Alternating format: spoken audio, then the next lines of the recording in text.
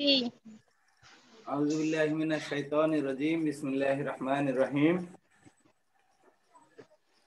সুপ্রিয় শিক্ষার্থী, আমরা মোটামুটি কয়েক মাস ধরে অনলাইনে তোমাদেরকে বাংলা দ্বিতীয় পত্রের ক্লাস নিয়ে আলোচনা করছি। আজকে বাংলা দ্বিতীয় পত্রের শেষ ক্লাস। ক্লাসগুলো দেখবে, শুনবে, যেখানে বুঝতে না পারবে সেখানে আমাকে বলবে। আজকে আমরা আলোচনা করব জি স্যার। বাংলা ভাষায় প্রয়োগ অপপ্রয়োগ। আমরা বাংলা ভাষায় সবসময় কথা বলি, যদিও বাংলা আমাদের মাতৃভাষা, তারপরেও বাংলা ভাষায় আমরা যখন আমাদের মনের ভাব প্রকাশ করতে যাই, অনেক সময় আমরা প্রকাশ করি ঠিকই, কিন্তু তারপরেও দেখা যায় আসলে বাক্যগুলো ব্যাকরণসম্মত হয় না।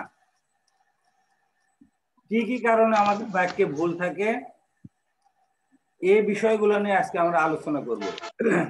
আর এটাকে বলা হচ্ছে বাংলা ভাষায় প্রয়োগ অপপ্রয়োগ।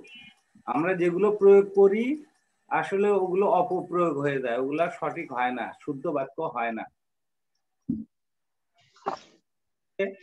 আমাদের যে সকল বিষয়ে প্রতি গুরুত্ব দেওয়া দরকার সেই দিকগুলো নিয়ে আমরা আলোচনা করব। প্রথমত হলো বানানে অশুদ্ধি। আমরা বানান লিখতে গেলে অনেক সময় ভুল করে লিখি। আমাদের পরীক্ষাও আসবে বানান শুদ্ধ করে লেখো, অথবা আমাদের পরীক্ষায় আসবে এভাবে যে একটা বাক্য দেওয়া থাকবে, বলবে যে বাক্যটি শুদ্ধ করে লেখো। এখন বাক্য ভুল আছে কোথায় এটা যদি আমরা ধরতে না পারি তাহলে বাক্য শুদ্ধ করে লিখতেও পারবো না। তাহলে আমাদেরকে আগে দেখতে হবে যে কোথায় কোথায় ভুল আছে। তো প্রথমত আমরা দেখব যে বাক্যে বানানে ভুল আছে কিনা। যদি বানানে ভুল থাকে তাহলে বানানটা শুদ্ধ করে দিলেই চলবে। তাহলে বানান কিভাবে শুদ্ধ করতে হয় এগুলো নিয়ে কিন্তু আমরা বাংলা বানানোর নিয়মে অনেক আলোচনা করেছি, যে কখন হর্ষ ইকার ব্যবহার করতে হয়, কখন দীর্ঘ ইকার হয়, কখন একার হয়, কখন ওকার হয়, এরকম বানানের নিয়মগুলো আমরা দেখেছি। আবার নত্যবিধান সত্যবিধানের নিয়মগুলো পড়েছি। তারপরে বাংলা একাডেমি কর্তৃক প্রমিত বাংলা বানানোর নিয়মও পড়া হয়েছে। তারপরেও বিশেষ করে আরো কয়েকটা দিক বানানে যে আমাদের ভুল হয় সেইগুলো নিয়ে আমি আলোচনা করতেছি। প্রথমত দেখো, বিশেষণ শব্দের শেষে দীর্ঘ ইকার হয়। যে শব্দগুলো বিশেষণ পদ, এই পদগুলো লেখার সময় শেষের শব্দে আমরা হর্ষ ইকার ব্যবহার না করে দীর্ঘ ইকার ব্যবহার করব। তার মানে এটা নিয়মে হলো যে সকল শব্দ বিশেষণ পদ এগুলো পদের শেষে সব সময় দীর্ঘ ইকার হবে। যেমন বিলাসী, বিলাসী এই শব্দের দন্তা স্বর সাথে দেখো দীর্ঘ ই। এখন যদি পরীক্ষাতে হর্ষ ইকার দেওয়া থাকে বা আমরা যদি হর্ষ ইকার দিয়ে লিখি তাহলে কিন্তু এটা বানানে ভুল হবে। তার মানে বাক্যটা প্রয়োগও সঠিক হবে না। বিলাসী, গৃহী, বিরোধী, লোভী, রাগী, মোট কথা হলো যে সকল বিশেষণ পদ।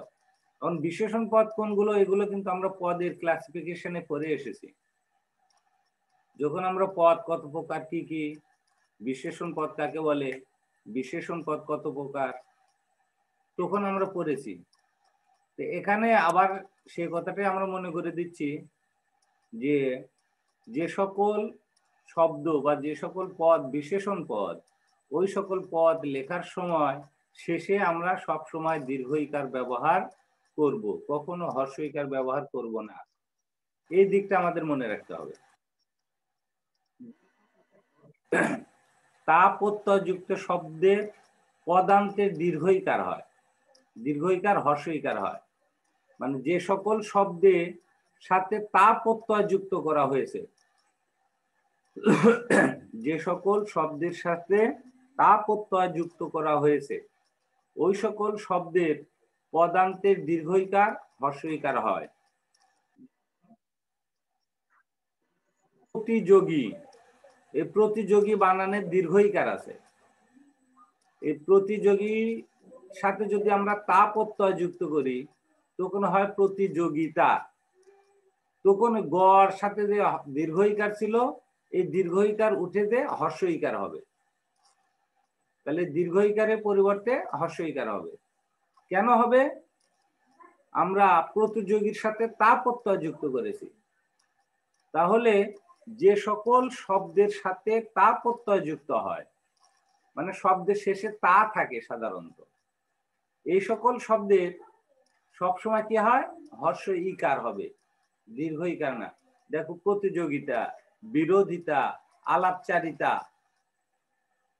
হ্যাঁ, সহমর্মিতা, এই সকল শব্দে সব সময় হর্ষ ইকার ব্যবহার হবে, মানে শেষের হর্ষ ইকার হবে, শেষে দীর্ঘ ইকার হবে না। তাহলে আমাদের কি নিয়ম মনে রাখতে হবে?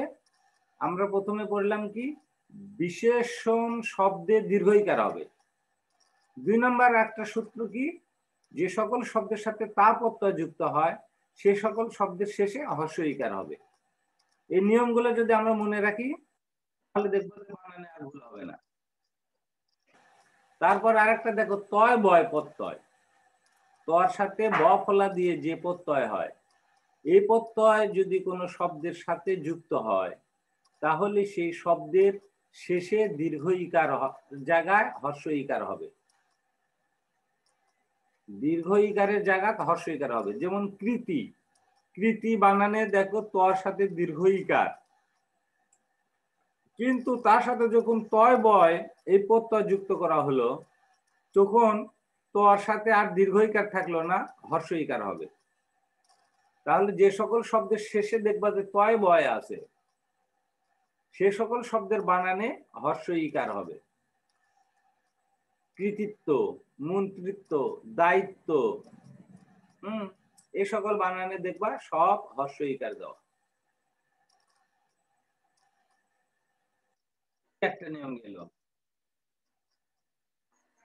তাহলে আমরা যদি বাংলা বানানের কয়েকটা নিয়ম যদি মনে রাখি, যে একটা বিশেষণ শব্দের শেষে দীর্ঘ ইকার হয়, আর একটা হলো কি, যে তা প্রত্যয় যুক্ত শব্দের শেষে হর্ষ ইকার হবে, আবার তয় বয় প্রত্যয় যুক্ত শব্দের শেষে হর্ষ ইকার হবে।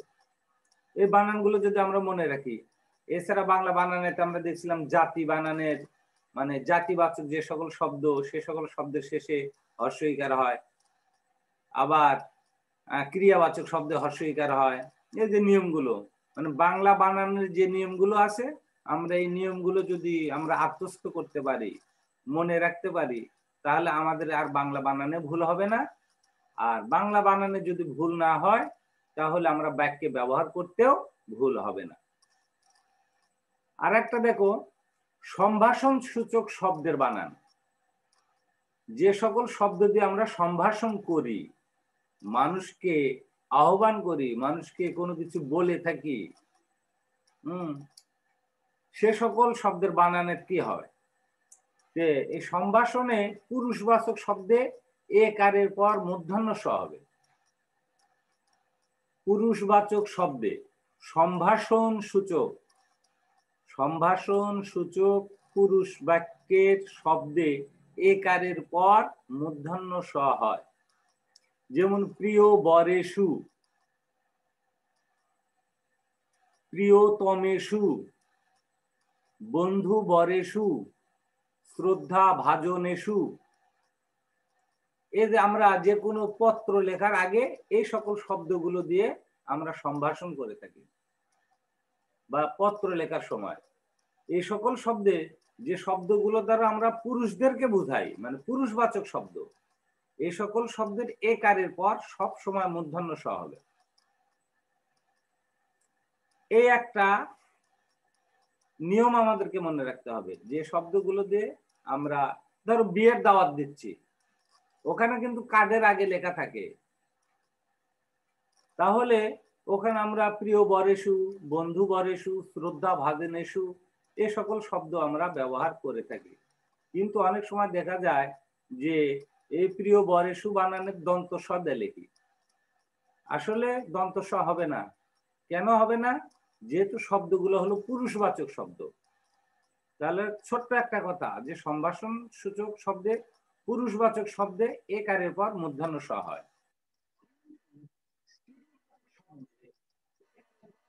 দন্ত স হবে। তাহলে পুরুষবাচক শব্দ হবে মূর্ধন্য স, আর স্ত্রীবাচক শব্দ হবে দন্ত স। যেমন প্রিয়তমাসু, প্রিয়তমাসু, সুচরিতাসু, কল্যাণী আসু। যে মেয়েদেরকে যখন আমরা সম্ভাষণ করি তখন প্রিয়তমাসু বলি। তাহলে প্রিয়তমা, সেখান থেকে সু, প্রিয়তমাসু। আর যদি এটা পুরুষবাচক শব্দ হতো তাহলে প্রিয়তমসু। এই পুরুষবাচক শব্দ হতো মূর্ধন্য স, কিন্তু যেহেতু স্ত্রীবাচক শব্দ সেখানে হবে দন্ত স। তাহলে এই নিয়মটাও দরকার এই জায়গাগুলোতে। বা আর একটা নিয়ম দেখো, উৎকর্ষবাচক শব্দে আমরা তর, তম এ সকল প্রত্যয় ব্যবহার করি, আর ভুলও আমরা এই সকল জায়গাতেই করে থাকি। এখন আমরা কখনো তর লিখি, কখনো তম লিখি, কিন্তু কখন তর হবে কখনো তম হবে এই জিনিসটা আমাদের মনে রাখা দরকার। যে বাংলায় উৎকর্ষের সর্বাধিক বোঝাতে, মানে যার উপরে আর নাই, ইংরেজিতে যেমন বলা হয় গুড, বেটার, বেস্ট। বেস্ট যখন আমরা বোঝাতে যাই তখন আমাদেরকে গুণবাচক শব্দের সঙ্গে ইষ্ট প্রত্যয় যুক্ত করতে হবে। এখানে কিন্তু তর হবে না, তম হবে না, মানে যেটা সর্বোচ্চ স্তর, সর্বোচ্চ বোঝাতে আমরা গুণবাচক শব্দের সাথে ইষ্ট প্রত্যয় যুক্ত করতে পারি। যেমন পাপিষ্ট, পাপ যোগ ইষ্ট, পাপিষ্ট। এখন যদি আমি বলি যে কি তাসলিমা পাপিষ্টতর বা পাপিষ্টতম, তাহলে কিন্তু ভুল হবে। পাপিষ্ট, কারণ ওকে আমি দুইজনের মধ্যে বা তিনজনের সাথে তুলনা করতেছি না, সবার সাথে তুলনা করতেছি। তাহলে ওখানে তার সর্বোচ্চটাই প্রকাশ হবে। লঘিষ্ঠ, বলিষ্ঠ, কনিষ্ঠ, এগুলো শব্দের সাথে তর বা তম। কারণ কি আমরা ভুল করি যে আসলে একের মধ্যে উৎকর্ষবাচক বোঝানোর জন্য তর ব্যবহার হয়, যে একজনের মধ্যে ভালো, যে কি হাবিবা বা রহিমার চেয়ে তাসলিমা কনিষ্ঠতর। কিন্তু যদি বোঝায় পুরাটার মধ্যে বোঝায় তাহলে কি যে তাসলিমা বাবা মার কনিষ্ঠ সন্তান, ওখানে কিন্তু হবে না কনিষ্ঠতম বা কনিষ্ঠতর সন্তান। বহুর মধ্যে একজনকে বোঝাতে, তাহলে সেখানে আমরা তম শব্দ ব্যবহার করি। ভালো করে বুঝো, দুজনের মধ্যে একজনকে যদি আমরা বুঝাই তখন তর শব্দ ব্যবহার করা হয়। যে সবুজ ও তাসলিমা, দুজনের মধ্যে তাসলিমা কনিষ্ঠতর,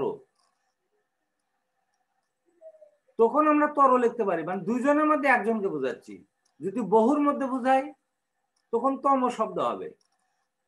যে তাসলিমা বা রহিমা যাকে আমরা বুঝাই, বা হাবিবা, ভাই বোনদের মধ্যে কনিষ্ঠতম, তখন তম, কারণ বহুর মধ্যে একজনকে বোঝাচ্ছি। কিন্তু যখন আমি সার্বিকভাবে বোঝাবো তখন কিন্তু তর বা তম কোনোটাই ব্যবহার হবে না, তখন সে শব্দের সাথে ইষ্ট প্রত্যয় যুক্ত হবে।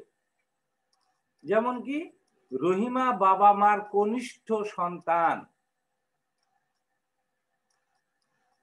তখন কিন্তু কনিষ্ঠতম, কনিষ্ঠতর এই শব্দগুলো ব্যবহার হবে না। এই ভুলগুলো আমরা সাধারণত করে থাকি, অতএব এই নিয়মটা আমাদেরকে মনে রাখতে হবে। দেখো শ্রেষ্ঠতম, পাপিষ্ঠতম। তাহলে শ্রেষ্ঠতম জায়গাতে কি হবে? শ্রেষ্ঠ। পাপিষ্ঠতম এর জায়গাতে হবে পাপিষ্ঠ। তাহলে আমাদেরকে এই জিনিসটা মনে রাখতে হবে, সর্বাধিক ভাবে যদি কারো গুণের উৎকর্ষ বোঝাতে চাই, তখন সেই গুণবাচক শব্দের সাথে ইষ্ট প্রত্যয় যুক্ত হবে। তখন তম বা তর এই সকল শব্দ যুক্ত হবে না। আর একটা জায়গায় আমরা ভুল করে থাকি, যে একই জাতীয় শব্দ দুটাকে নিয়ে আসি বাক্যে, যে শব্দ দ্বারা একই অর্থ বোঝায়, এই ধরনের দুটা শব্দ পরপর ব্যবহার করাও ব্যাকরণ সম্মত নয়, ব্যাকরণগত ভুল। যেমন আমরা বলি অশ্রু জল, আসলে অশ্রু জল এই শব্দটা ভুল। অশ্রু মানেও জল, চোখের জল, জল মানেও জল। তাহলে অশ্রুও বলতেছি জল বোঝাচ্ছি, জল দ্বারাও জল বোঝাচ্ছি।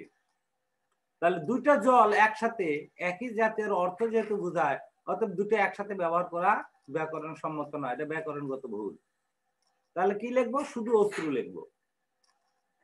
অথবা কেবল মাত্র আমরা লিখে থাকি, কেবল মাত্র, এই একটি কলম আমার। তাহলে কেবল দ্বারাও যা বোঝায়, মাত্র দ্বারাও তাই বোঝায়। অতএব একসাথে কেবল মাত্র লেখা যাবে না, যে কোনো একটা লিখতে হবে। রহিমা কি বুঝতে পারছো? জি স্যার, আচ্ছা। শোনা যাচ্ছে। আচ্ছা। তারপর আমরা লিখি না সুস্বাস্থ্য কামনা করি বা সুস্বাগত। আসলে সু আবার স্বাগত বানানে তো দেখো সু আছে, সুযোগ আগত সমান সমান স্বাগত। তাহলে এখানেও সু, ওখানেও সু, তাহলে দুটা সু পাশাপাশি, এই দুটা সু পাশাপাশি বসানো যাবে না। মোট কথা হলো একই অর্থবোধক দুইটা শব্দ পাশাপাশি বসানো ব্যাকরণগত ভুল। আর এভাবে যদি আমরা বাক্য তৈরি করি, তাহলে সেই বাক্যটাকে বলা হচ্ছে ভুল বাক্য বা অপপ্রয়োগ। তাহলে এখান থেকে আমরা বিরত থাকব। দুটি একই অর্থবোধক দুটি শব্দ পাশাপাশি বসানো হলো ব্যাকরণ সম্মত নয়, ব্যাকরণগত ভুল। এখান থেকে আমাদেরকে শিক্ষা নিয়ে দুটি শব্দ আমরা পাশাপাশি বসাবো। দেখো তোমাদেরকে উদাহরণ আমি আবার দেই। কেবলমাত্র দুর্নীতি এই সংকটের জন্য দায়ী। পরীক্ষা দেওয়া থাকলো যে কেবলমাত্র দুর্নীতি এই সংকটের জন্য দায়ী। বাক্যটা শুদ্ধ করে লেখো। তাহলে আমাদেরকে দেখতে হবে যে ভুলটা কোথায়। কেবলমাত্র দুর্নীতি এই সংকটের জন্য দায়ী, ঠিকই তো আছে, তাহলে ভুল কি? কি শুদ্ধ করে লিখবো? এখন ভালো করে দেখো, কেবলমাত্র দুইটা শব্দ দেওয়া আছে, কেবল দ্বারাও যা বোঝায়, মাত্র দ্বারাও তা বোঝায়, অর্থাৎ দুটা পাশাপাশি বসানো যাবে না। তাহলে কি লিখতে হবে? যে কোনো একটা। তাহলে আমরা কি লিখবো? কেবল দুর্নীতি এর সংকটের জন্য দায়ী। মাত্র আউট, মাত্রকে তুলে দিতে হবে। জি। অথবা পরীক্ষা আসলো তার দু চোখ অশ্রু জলে ভেসে গেল, তাহলে তার দু চোখ অশ্রু জলে, তাহলে অশ্রু মানেও কিন্তু চোখের জল, জল মানেও জল। তাহলে এখানে শব্দ আসলো, তাহলে একটাকে বাদ দাও। তাহলে কি লিখবো? তার দু চোখ অশ্রুতে ভেসে গেল। তো অশ্রুতে ভেসে দেওয়া মানে কি? চোখের পানি দিয়ে ভেসে গেল। তাহলে ওখানে আবার পানি লেখার কোনো দরকার আছে? এটা হলো ব্যাকরণগত ভুল। না, এই জিনিসগুলো আমাদেরকে বেশি বেশি মনে রাখতে হবে। এই নিয়মগুলো যদি আমরা মনে রাখি, তাহলে দেখবা যে পরীক্ষাতে আসে যে বাংলা ভাষার প্রয়োগ অপপ্রয়োগ অংশের থেকে আসবে যে বাক্যগুলো শুদ্ধ করে লেখো। তখন বাক্যগুলো আমরা পড়বো, পড়ার সময় দেখবো, প্রথমে দেখবো যে বাক্যের ভিতরে আগে বানান ভুল আছে কিনা সেটা দেখবো। যদি দেখি বানান ভুল আছে, সব ঠিক আছে, খালি বানান ভুল, তাহলে বানানটা শুদ্ধ করে লিখবো। যদি দেখি না বানান সবই ঠিক আছে, তাহলে দেখবো যে আসলে ওখানে মানে আমাদের যে একই শব্দ দুবার আসলো কিনা সেটা দেখব। দেখতেছি না, ওটাও ঠিক আছে, তখন আর একটা নিয়ম দেখব যে সেটা আছে কিনা, ভুল আছে কিনা। এইভাবে দেখার পর যদি দেখি না এই জায়গাতে ভুল আছে, সেই জায়গাটা আমরা সংশোধন করে দেব, তাহলেই হয়ে গেল। খুব যে কঠিন তা নয়, খালি নিয়মগুলো আমাদের মনে রাখার দরকার। নিয়মটা আমরা আগে জানতামই না, নাকি যে দুটা শব্দ পাশাপাশি বসলে ব্যাকরণগত ভুল হয়। অশ্রু জল আমরা কত লিখে আসছি, এবং বাংলা সাহিত্যের অনেক বড় বড় লেখকও অশ্রু জল শব্দ ব্যবহার করছে একসাথে। কিন্তু ব্যাকরণের যদি নিয়ম করা হয় তাহলে দেখা যাবে আসলে ওটা অপপ্রয়োগ, ওটা প্রয়োগ করার তেমন দরকারই ছিল না।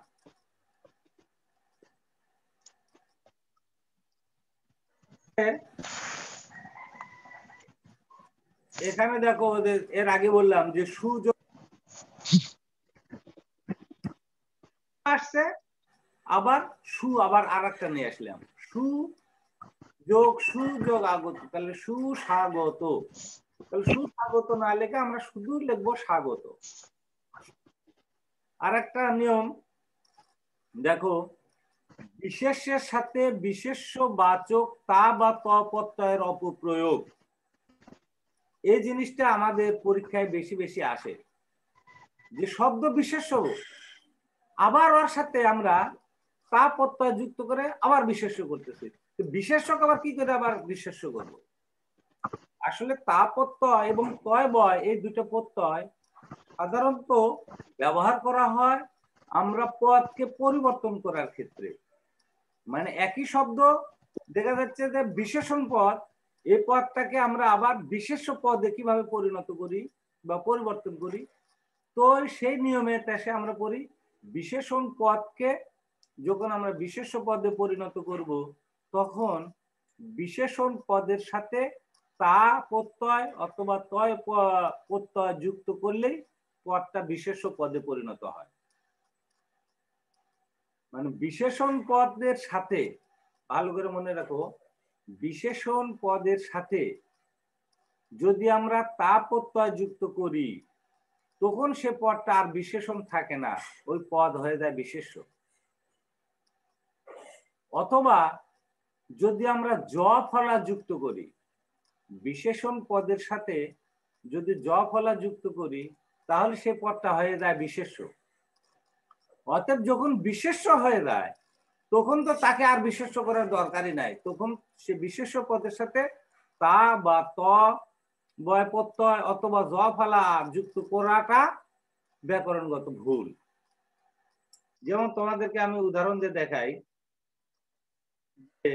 বৈচিত্রতা, বৈচিত্রতা শব্দটা ছিল আসলে মূল শব্দ ছিল বিচিত্র। বিচিত্র এটা হলো বিশেষণ পদ। এই বিচিত্রের সাথে যখন আমরা জ ফলা যুক্ত করি তখন সে পদটা হয়ে যায় বিশেষ্য, বৈচিত্র। বৈচিত্র যেহেতু বিশেষ্য পদ তখন তার সাথে আর তা যোগ করা ঠিক নয়, তা যোগ করা ঠিক নয়, যেহেতু প্রথমত শব্দ ছিল বিচিত্র।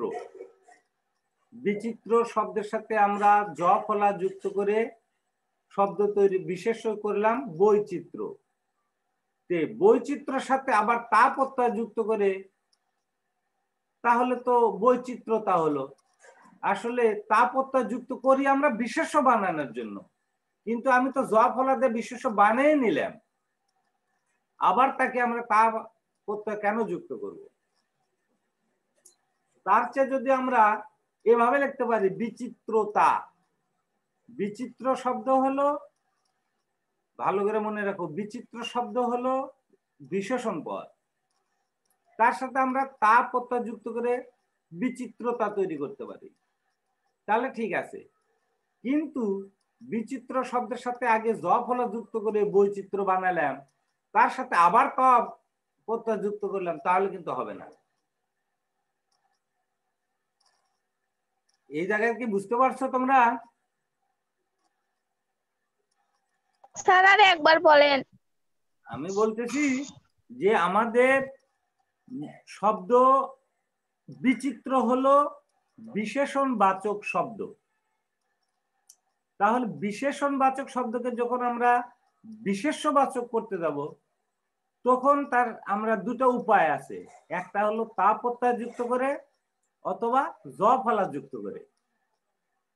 বিশেষণ শব্দের সাথে জ ফলা যুক্ত করে আমরা বিশেষ্য তৈরি করতে পারি, অথবা তা প্রত্যয় যুক্ত করে বিশেষ্য করতে পারি। জি আমরা দুটাই একসাথে ব্যবহার করলে পারলে তাহলে কিন্তু ব্যাকরণগত ভুল। জ ফলাও ব্যবহার করলাম, আবার তা প্রত্যয় ব্যবহার করলাম, এটার যে কোনো একটা করতে হবে।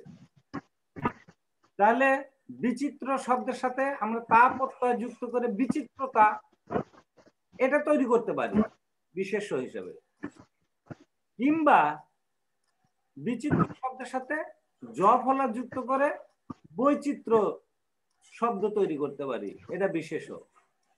কিন্তু বৈচিত্র্য জ ফলা যুক্ত করে বৈচিত্র্য করলাম, করার পর আবার বৈচিত্র্যের সাথে তা প্রত্যয় যুক্ত করলাম, তাহলে ব্যাকরণগত ভুল। হয় জ ফলা জি যুক্ত করব কিংবা তা প্রত্যয় দুটার যে কোনো একটা। একটা। হ্যাঁ দেখো একটা শব্দ দেখো কৃপণ। জি এই কৃপণের সাথে আমরা যদি তা প্রত্যয় যুক্ত করি তাহলে কি হবে? কৃপণতা। জি অথবা আমরা যদি জ ফলা যুক্ত করি তাহলে হয় কার্পণ্য। এই দুটা ঠিকই আছে, কিন্তু কার্পণ্য করার পর কার্পণ্যর সাথে যদি আমরা আবার তা প্রত্যয় যুক্ত করি তাহলে কিন্তু সেটা ভুল হবে। কার্পণ্যতা এটা কিন্তু ভুল। কৃপণতা সঠিক, কিন্তু কার্পণ্যতা ভুল। কেন ভুল? যে একবার আমরা জ ফলা যুক্ত করছি, আবার তার সাথে তা প্রত্যয় যুক্ত করতেছি। তাহলে বিশেষণ শব্দটাকে বিশেষ্য শব্দে পরিবর্তন করতে গেলে যে কোনো একটা ব্যবহার করতে হবে, হয় জ ফলা ব্যবহার করতে হবে, না হলে শুধু তা প্রত্যয় যুক্ত করতে হবে।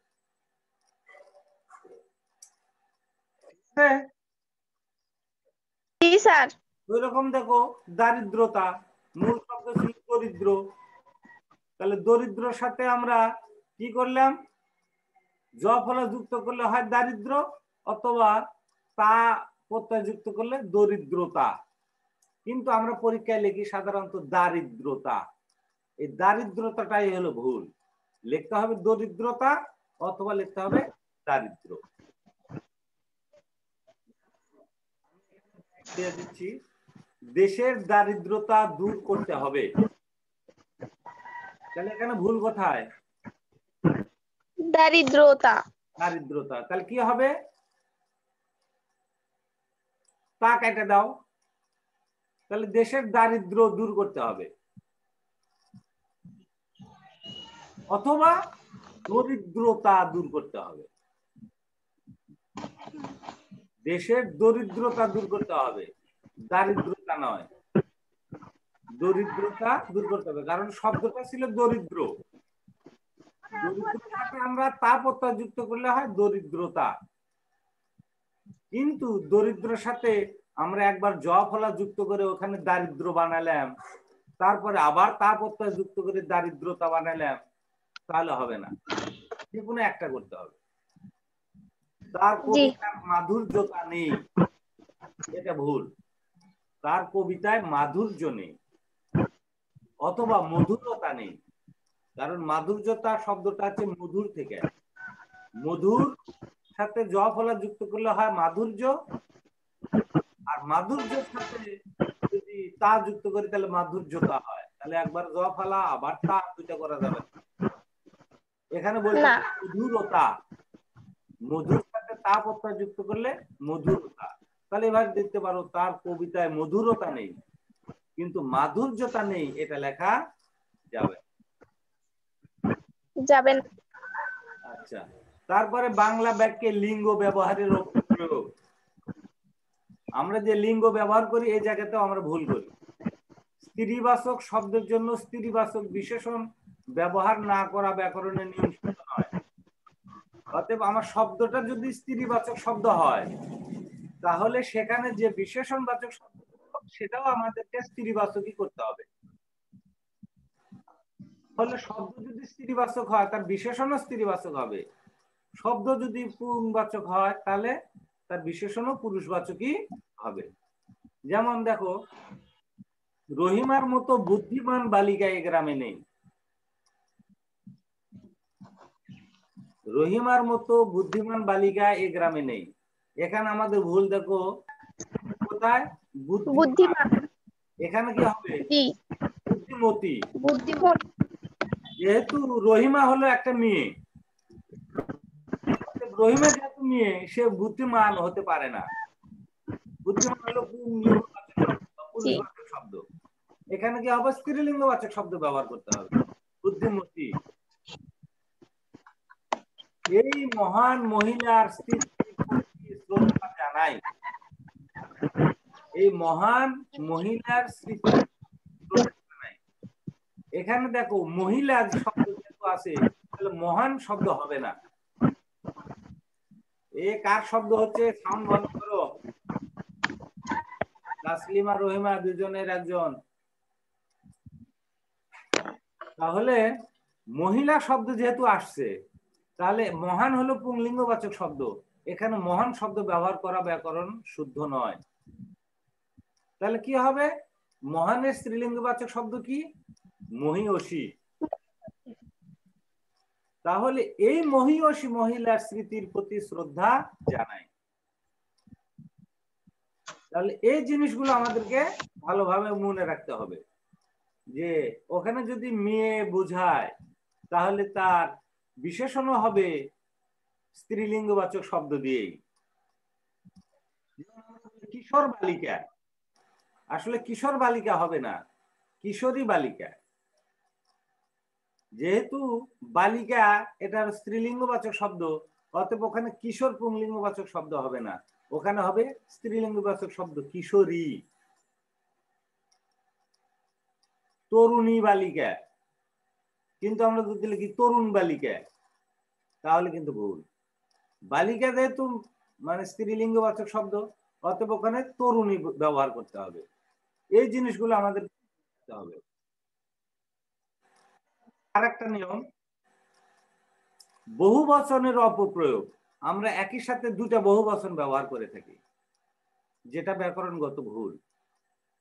আমরা বুঝতেও পারি না যে কোন জায়গায় ভুল। এই বহু বচনগত ভুল পরীক্ষাতে অনেক সময় দিয়ে থাকে, বেশিরভাগ। দেখো, সকল দর্শক মণ্ডলীকে স্বাগত জানাই। আমরা বলি একটা জনসভায় বা মঞ্চে বক্তব্য দিতে দেয়, বলি সকল দর্শক মণ্ডলীকে স্বাগত জানাই। এই সকল বহুবচন বাচক শব্দ। আবার মণ্ডলীকে, এই যে মণ্ডলী, এটাও বহুবচন বাচক শব্দ। তাহলে সকলও বহুবচন, মণ্ডলীও বহুবচন। এই দুইটা বহুবচন একসাথে ব্যবহার করা যাবে না। তাহলে যে কোনো একটা ব্যবহার করতে হবে। দর্শক মণ্ডলীকে স্বাগত জানাই, আর না হলে বলতে হবে সকল দর্শককে স্বাগত জানাই। তাহলে দুটা বহুবচনের একটা বহুবচন বাদ দিতে হবে। তাহলে এটাও আমাদেরকে মনে রাখতে হবে যে দুটা বহু বচন পাশাপাশি বসে না।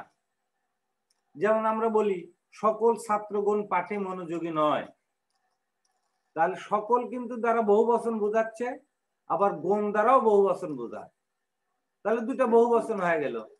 তাহলে দুটা বহু বচন যদি একই বাক্যে থাকে তাহলে সেটা শুদ্ধ বাক্য হয় না, এই বাক্যটা অশুদ্ধ। যেমন সকল ছাত্র পাঠে মনোযোগী নয়, তাহলে সকল ছাত্র বলতে ওই ক্লাসে সকলকেই বোঝাচ্ছে, ওখানে আবার গণ শব্দ দেওয়ার দরকার নেই। ঠিক আছে? একটা নিয়ম যদি আমরা মনে রাখি তাহলে মোটামুটি আমরা বাক্যগুলো শুদ্ধ করে লিখতে পারবো। আর একটা জিনিস আমরা দেখাবো, সেটা হলো কিছু কিছু শব্দ আছে যেগুলো বহু বচনের কাজ করে, শব্দটাই বহু বচনের কাজ করে, সেখানে আবার বহু বচন ব্যবহার করা যায় না। যেমন আমরা বলি 3 জন লোক, 1 গাদা ফুল, সকল ছাত্র। এই যে শব্দগুলা সকল, 1 গাদা, 3 জন, এগুলা দ্বারা কিন্তু এমনি বহু বচন বোঝায়। তারপরে আমরা লিখতে পারি না যে কি সকল ছাত্ররা বা 3 জন লোকেরা বা 1 গাদা ফুলগুলো, এভাবে ব্যবহার করা যাবে না। 1 গাদা দ্বারাই বোঝাচ্ছে অনেক, বহু বচন বোঝাচ্ছে, সেখানে আবার ফুলগুলো ব্যবহার করার দরকার নেই। তাহলে কি লিখতে হবে? 1 গাদা ফুল, 1 গাদা ফুল, তার মানে অনেক ফুল।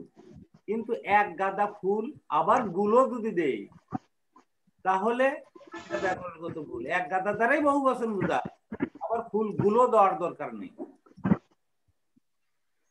জি, মানে দুটো বহু বচন একসাথে হয়ে গেল।